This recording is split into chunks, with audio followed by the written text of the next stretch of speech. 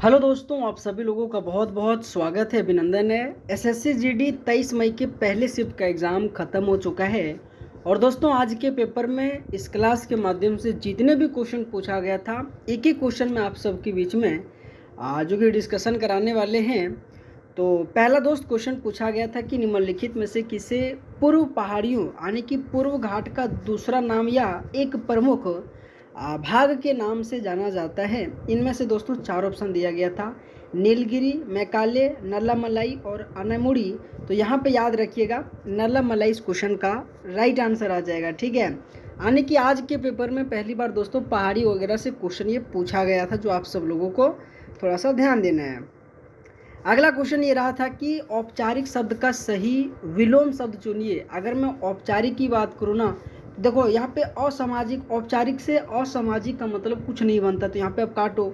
यहाँ पे अनौपचारिक इस क्वेश्चन का राइट आंसर आ जाएगा। ठीक है, अगर मैं विलोम शब्द की बात करूँ ना, तो औपचारिक का अनौपचारिक इस क्वेश्चन का राइट आंसर आ जाएगा।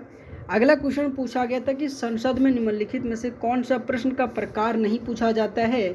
आपके पेपर में देखो, जब प्रश्नकाल होता है ना, तो प्रश्नकाल में सर एक तारांकित प्रश्नकाल तो पूछा जाता है, अतारांकित प्रश्न भी पूछा जाता है, अल्प सूचना प्रश्न भी पूछा जाता है। लेकिन सर जो मुख्य सूचना होता है ना, ये आपके संसद में नहीं पूछा जाता है, जिसके कारण से आपके एग्जाम में आज ये क्वेश्चन पूछा गया था।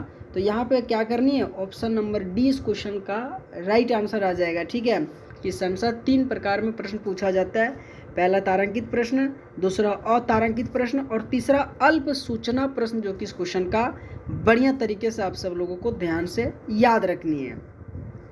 अगला क्वेश्चन पूछा गया था कि मुंबई में स्थित छत्रपति शिवाजी महाराज टर्मिनस इमारत मुख्य रूप से किस जो कि स्थापित शैली से जिसकी उसका बना हुआ, उनका एक आपसे उदाहरण पूछ रहा था। ठीक है, क्योंकि देखो मंदिर एवं शैली से अक्सर आपकी पूछा जाता है, जैसे कि पीरानुबड़ी आपकी जो मंदिर है, इसी के साथ मंदिर से गिरफ्तार आ जाएगा। और इसी के साथ आपके महाराजा जो छत्रपति शिवाजी महाराज टर्मिनस है ना, ये भी पूछा जाता है कि कौन से स्थापत्य शैली का उदाहरण है, जिसमें से मुगल शैली कभी नहीं हो सकता। आप यहाँ पे आसानी से ऑप्शन काट दो, इंडो सार्वसैनिक सैनी और या फिर आधुनिक सैनी भी यहाँ पे आंसर नहीं आएगा।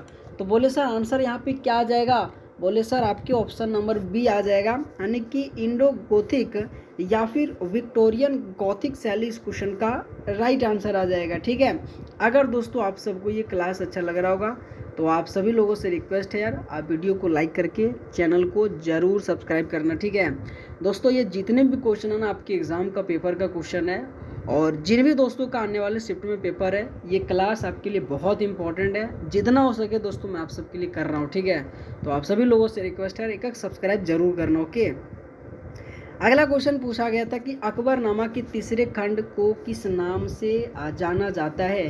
देखो, अगर मैं अकबरनामा की बात करूँ ना, तो यहाँ पे हुमायूं नामा नहीं, तुजो का जहांगीर नहीं, आईने ए अकबरी इस क्वेश्चन का राइट आंसर आ जाएगा। ठीक है, अगर मैं पूछूं कि अकबरनामा के तीसरे खंड को किस नाम से जाना जाता है, तो आईने अकबरी इस क्वेश्चन का राइट आंसर आ जाएगा। अगला क्वेश्चन, मिजोरम के पारंपरिक नृत्य जैसे चराव या चाई उत्सव के में मुख्य रूप से कौन सा स्वदेशी वाद्य यंत्र को बजाया जाता है।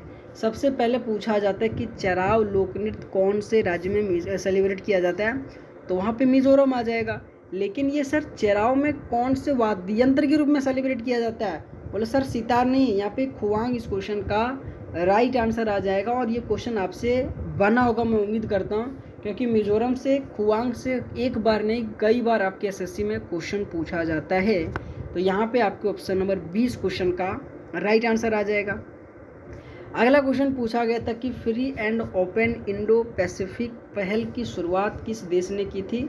अगर मैं पूछूं कि सर FOIP, जिससे free and open Indo Pacific बात करूं, तो यहाँ पे जापान इस क्वेश्चन का राइट आंसर आ जाएगा। ठीक है, जापान इस क्वेश्चन का राइट आंसर आ जाएगा। अगला क्वेश्चन कि विश्व बौद्धिक संपदा संगठन WIPO किसके द्वारा, जो कि नवाचार सूचकांक के तहत 2024 में चीन का रैंक क्या था, ये क्वेश्चन आपसे पूछा गया था। और अगर मैं चीन की रैंक की बात करूँ ना, तो यहाँ पे आप सब लोगों को 11वीं स्थान आ जाएगा। ठीक है, 11वीं स्थान आ जाएगा। अगला क्वेश्चन की 10वीं पंचवर्षीय योजना, यानी कि सर उनसे पूछ रहे हैं कि which of the following the object was the included in the 10th 5-year plan of India, जिसमें से आपके 10वीं पंचवर्षीय योजना के उद्देश्य इनमें से कौन सा शामिल है? पहला बोल रहा है साक्षरता दर में सुधार करना, दूसरा बोल रहा है महिलाओं और बच्चों को जन्म दर बढ़ाना। तो क्या सर आज 10वीं पंचवर्षीय योजना का यही काम था? बोले सर यहाँ पे आपको ऑप्शन नंबर ये आ जाएगा कि साक्षरता दर में सुधार करना, जो कि इस क्वेश्चन का राइट आंसर आ जाएगा।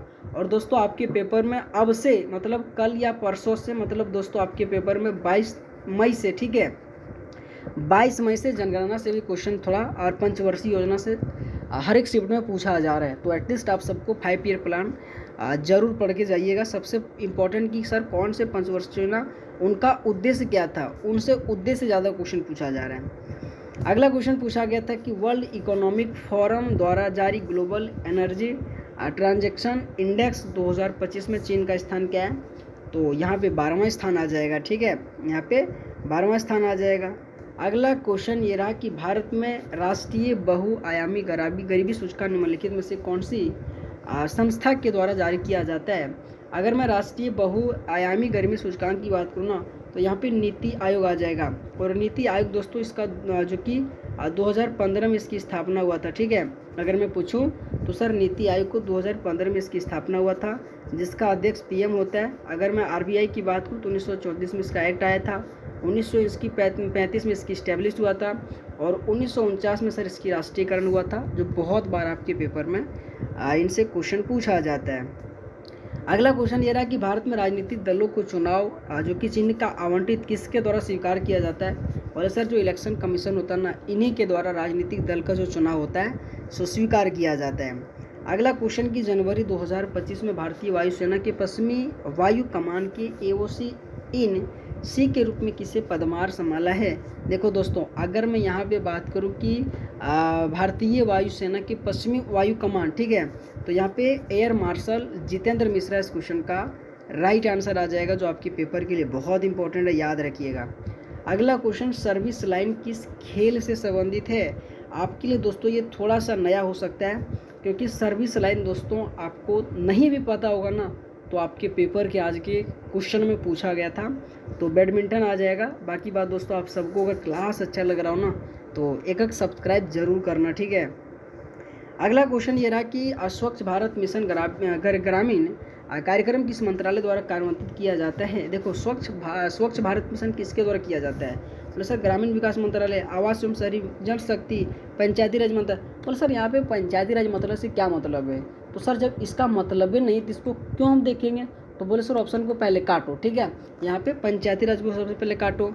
और बात करें स्वच्छ करना, तो स्वच्छ कौन करेगा? बोले सर जल शक्ति जो मंत्रालय होता है यही ना स्वच्छ करेगा सर, पानी मार मार के। हाँ, तो यहाँ से आप रिलेट करके यहाँ पे आंसर आराम से ऑप्शन नंबर सी लगाओगे, ठीक है, यहाँ पे सी आ जाएगा।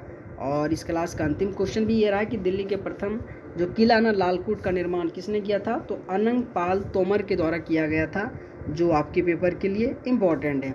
बाकी बात जितना भी क्वेश्चन था मैंने कराया। अगर आप सबको ये क्लास अच्छा लगा होगा तो आप सभी लोगों से रिक्वेस्ट है वीडियो को लाइक करके चैनल को जरूर सब्सक्राइब करना। ऑल द बेस्ट, आप सबका बहुत बहुत धन्यवाद। Thank you so much.